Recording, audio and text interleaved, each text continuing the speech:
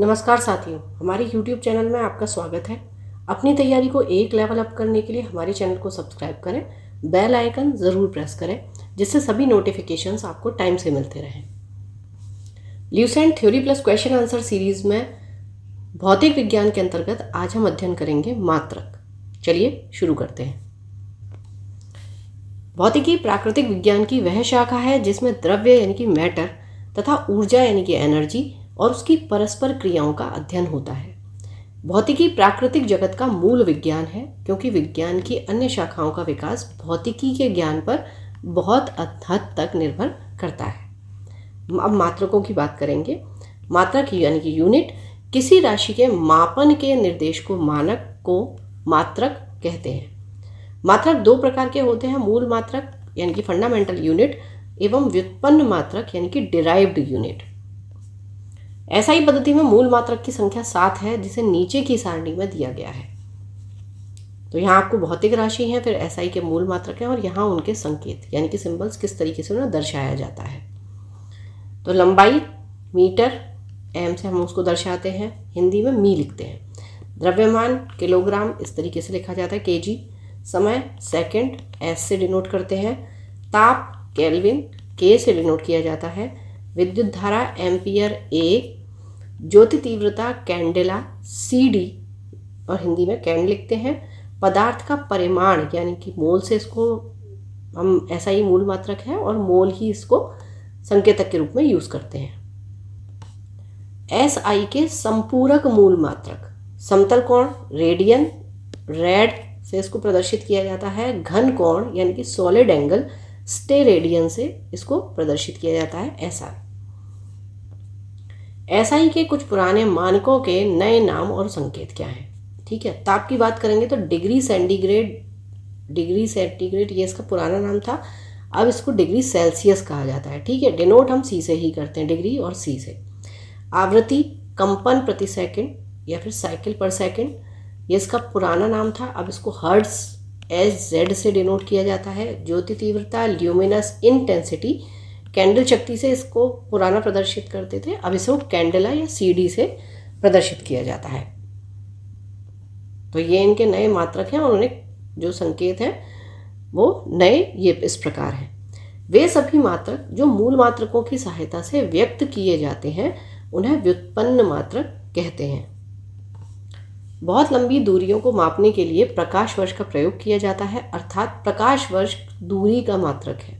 ठीक है, एक प्रकाश वर्ष बराबर 9.46 इंटू 10⁻15 मीटर, 10 की घात 15 मीटर। दूरी मापने की सबसे बड़ी इकाई पारसेक है, कई बार ये क्वेश्चन पूछा गया है। एक पारसेक में 3.26 प्रकाश वर्ष है और 3.08 इंटू 10⁻16 मीटर होता है।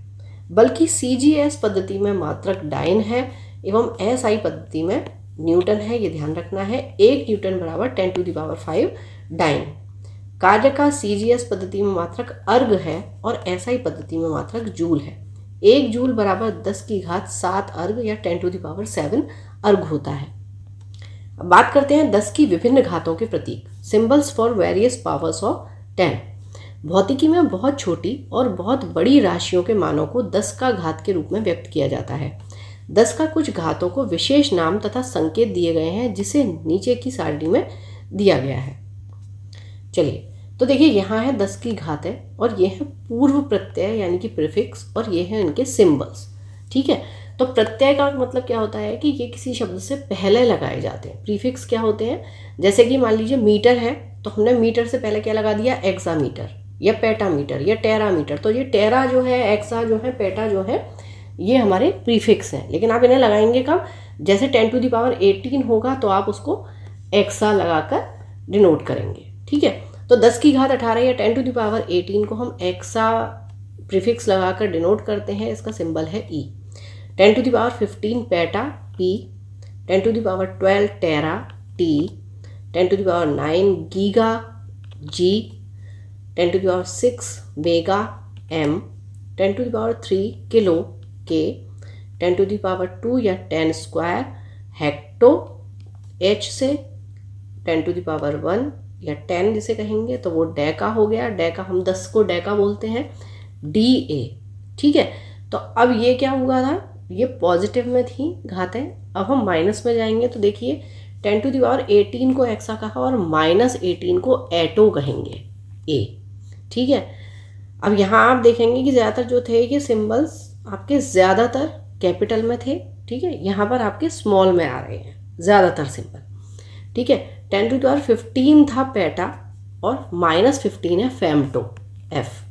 10⁻12 था टेरा और -12 है पीको P, स्मॉल p। ठीक है, अच्छा पेटा में ध्यान रखिएगा जो पेटा है वो कैपिटल P है और पीको जो है वो स्मॉल p है। ठीक है, 10⁻9 था गीगा और 10⁻−9 है नैनो n, स्मॉल n। 10⁻6 है मेगा और 10⁻−6 है माइक्रो। 10⁻3 था किलो और 10⁻−3 हो गया आपका मिली। 10⁻2 या 10 स्क्वायर हेक्टो हो गया, -2 हो गया आपका सेंटी, जैसे होता है सेंटीमीटर।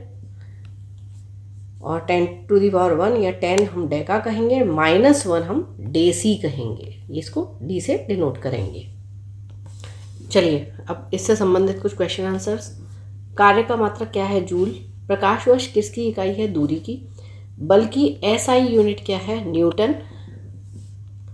और CGS पद्धति में यूनिट क्या है, ये आप मुझे कमेंट बॉक्स में बताएंगे। चलिए यहाँ पर सुमेलित करना है सूची 1 को सूची 2 से। उच्च वेग का आपका जो है मात्रक मैग है, उसके बाद तरंग दैर्घ्य एंगस्ट्रॉम, दाब की है पास्कल और ऊर्जा की जूल। चलिए फिर से आपकी भौतिक राशियां हैं और उनकी इकाइयां हैं, तो देख लेते हैं। दूरी प्रकाश वर्ष, पदार्थ की मात्रा को मोल, विद्युत आवेश की मात्रा कूलाम और ऊर्जा वाट घंटा। चलिए फिर से भौतिक राशियां और उनकी इकाइयां, तो त्वरण क्या हो गया आपका, मीटर पर सेकंड स्क्वायर, मीटर प्रति सेकंड स्क्वायर। बल हो गया आपका न्यूटन, कृत कार्य जूल और आवेग हो गया आपका न्यूटन इंटू सेकेंड। निम्नलिखित में से समय का मात्रक नहीं है, तो ये प्रकाश वर्ष नहीं है। क्यों, प्रकाश वर्ष किसका है, दूरी का मात्रक। पारसेक दूरी की इकाई है, सबसे बड़ी दूरी नापने के लिए जो इकाई है वो है आपकी पारसेक, और एक पारसेक बराबर कितना होता है आपका 3.26 प्रकाश वर्ष। चलिए निम्नलिखित में से कौन सा एक सुमेलित नहीं है। डेसिबल ध्वनि की प्रबलता या तीव्रता की इकाई है, बिल्कुल सही है। अश्वशक्ति आपका शक्ति की इकाई है। समुद्री मील नौ संचालन में दूरी की इकाई है, बिल्कुल ठीक है। अच्छा सेल्सियस देखिए ऊष्मा की इकाई नहीं है, ये ताप की इकाई है, टेम्परेचर। ल्यूमेन किसका मात्रक है, ज्योति फ्लक्स का। भौतिक मात्रा में ज्योति की इकाई क्या है, लक्स। कैंडेला किस चीज का मात्रक है, तो ज्योति तीव्रता यानी कि ल्यूमिनस इंटेंसिटी का। जूल किसकी इकाई है, ऊर्जा की। तो आपका कार्य आ जाए या ऊर्जा आ जाए, उसकी इकाई है जूल। मात्रकों की अंतर्राष्ट्रीय पद्धति कब लागू की गई थी, 1971 में। हर्ट्ज क्या मापने की यूनिट है, तरंगों की आवृत्ति यानी कि फ्रीक्वेंसी। विद्युत मात्रा की इकाई है एम्पियर। SI पद्धति में लेंस की शक्ति की इकाई क्या है, डायोप्टर। डेसिबल किसे नापने के लिए प्रयोग में लाया जाता है, वातावरण में ध्वनि को। एम्पियर क्या नापने की इकाई है, करंट। यंग प्रत्यास्थता गुणांक का SI मात्रक है न्यूटन पर मीटर स्क्वायर। निम्नलिखित युग्मों में से किन भौतिक राशियों के समान विमीय सूत्र नहीं है, तो बल एवं दाब के। ठीक है, ठीक है। देखिए विमा निकालने के लिए होता क्या है, जैसे कि बल है, तो मैं आपको एक एग्जांपल दे देती हूँ। तो बल है, अगर हमें मात्रक पता है तो हम विमा निकाल सकते हैं। ठीक है, तो बल का अगर हम सूत्र की बात करेंगे तो होता है द्रव्यमान गुणा त्वरण। ठीक है, यानी कि m into a, F is equal to m into A.